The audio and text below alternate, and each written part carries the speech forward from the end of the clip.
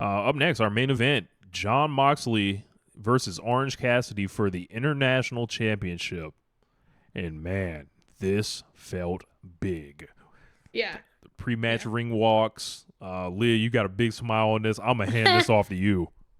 This was the one I was waiting for. This was the one I was so excited for. I actually couldn't watch the pay-per-view live, so I like deleted almost everything off my phone because I didn't want to be spoiled for it until I had a chance to watch it. I was like, if someone, I set my like status on Discord to be like, I haven't watched it yet. Do not, Don't do at not me. spoil me. Do not.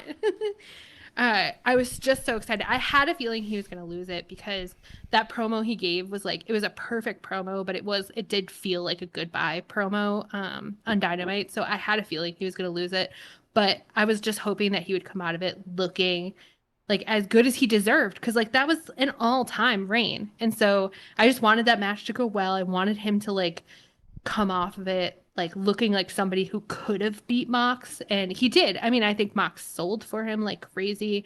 I think like his thing where he just kept getting up when nobody expected him to until the last final one. I think he deserves all of the flowers that he's been getting. I think this is like one of the most important matches in the history of AEW. Um, for Orange Cassidy to come from, and still have a lot of these, preconceived notions about him being a meme wrestler and, doing a lot of comedy stuff. And this guy's been like a shining beacon of pro wrestling consistency and excellence this entire year, going back to last year and pretty much since he's been in the promotion. And he's rose up, and it's like, are you gonna give new people chances or not? Orange Cassidy's not the youngest guy in the world, but he's a new star relative to the landscape of pro wrestling. And this is his first like career main event. And when guys get their first career main events, I think that is always something to pay attention to because it's like a taste, and it is almost like, damn, I want to stay here. And Moxley and Cassidy, and Moxley's role in this is so important because it's like, yeah, you're winning. Yeah, you could have ate this guy up. You could have. You're gonna be Jon Moxley no matter what happens in this match. If it goes bad, they're not blaming you. Like if it goes good, like you're probably gonna pick up a lot of the credit too. But they beat the holy living shit out of each other. Cassidy was a bloody mess, and this just felt like a crystallization of like, yo, they elevated this belt, they elevated this guy Orange Cassidy to where like he's gotten the AEW title shot before, but you think he can win this time, and you think he can actually like do it, and it would be fine. And about like 75% through the match, I was like, all right, man, put Orange Cassidy over. Like this building will like come unglued, like people will like fall out of their seats down, in the stadium or whatever.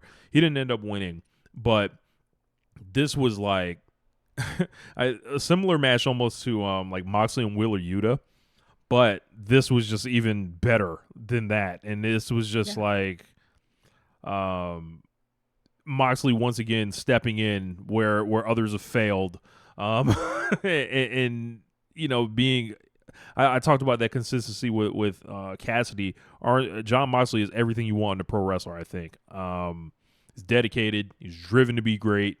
He produces, and this is like, you made this belt where the TNT belt has failed. The international belt has now succeeded, and you got like you got some special shit with that. A lot of work has been done with this, and there are people that call themselves career rivals of Jon Moxley that did not work with Jon Moxley as good as Orange Cassidy did here.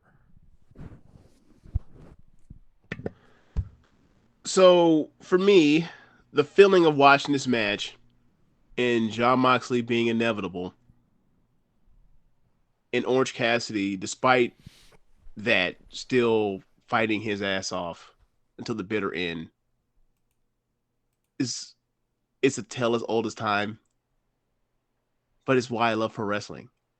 Like whether it's Gunther versus Tyler Bate or it's Shawn Michaels versus Undertaker. Just the Rocky. Uh, oh my God. Sorry. Rocky versus Ivan Drago. It's a story of like I'm in here with something that's overwhelming. I know I'm not going to win, or my odds are against me, but I'm going to fight and I'm going to see. And it was just great. And at the end, it felt a lot like it's inevitable or whatever else, but like you saw one of the best matches the promotion is going to put on that year, and it's a heartbreaking type of decision to get rid of one of the best reigns this country's ever seen in major American wrestling. But it's going to a great place, and you see at the end they leave the cameras on, so you can see the crowd give Orange Cassidy is adulation for the title reign, and like in that instance, like I thought to myself, like in a weird way, like this kind of felt like in it, like peak NXT takeover, where it's like this person was a champion, they lost the belt, that means they're going up to the main roster. Except we now have like this alternative reality where it's like, yeah, that's over. This person now gets to move on and continue to still do great work as opposed to being going to the main roster and stuck in creative hell. It's like the end of their movie. Right. And like in that way, I just like, I was good on it. It's like, yeah, it sucks to see Orange Cassidy lose it, but ultimately it's time for Moxley or someone else with it. That's that can take it, take the baton where he took it. And like I know that like Orange Cassidy is gonna be cool, like going forward, as opposed to like so many of our heroes in the movie kept dying after they would get to the main roster after leaving NXT and have So I'm just so I'm good. It's like we get this place now where these people, these characters that we care about can continue on with their careers across multiple shows now because there's no brand split, no soft brand split.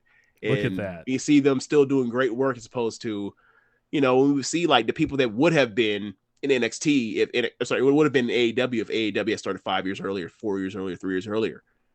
And, their careers are kind of being lost in the muck of the machine. So yeah, like I'm good, and I'm glad this place exists after watching that show, and also off the high of watching Florida State beat the fuck out of LSU. But it was like this was an all-time night for me as a fan. Like me and you were on this early, but Orange Cassidy, like the same thing with Darby. Y'all are saying this dude is too small or isn't a legit wrestler. That dude is a brilliant storyteller in the ring. And this match is the number one, is now his top example of it. So really happy for him. And those, and always with AEW related stuff and One Nation Radio, like we were right on it. If we're right on something early, we're gonna be insufferable about being right.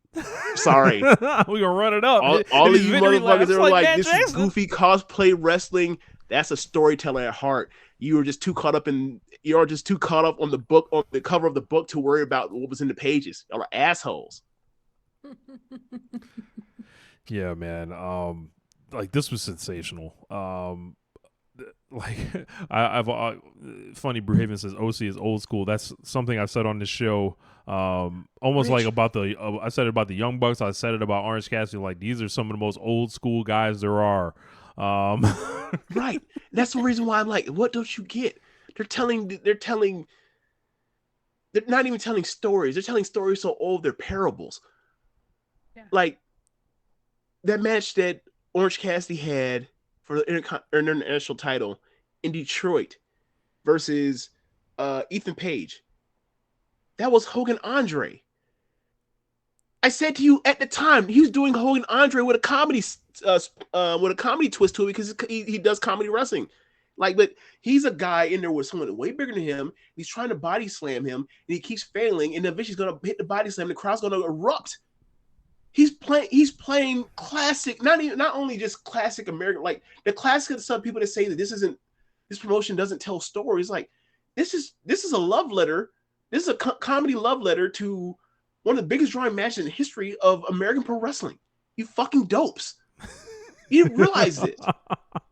He's doing this shit under your nose as you're saying he doesn't understand wrestling. He understands it better than you do. So it's amazing, really. Yeah. Yeah, but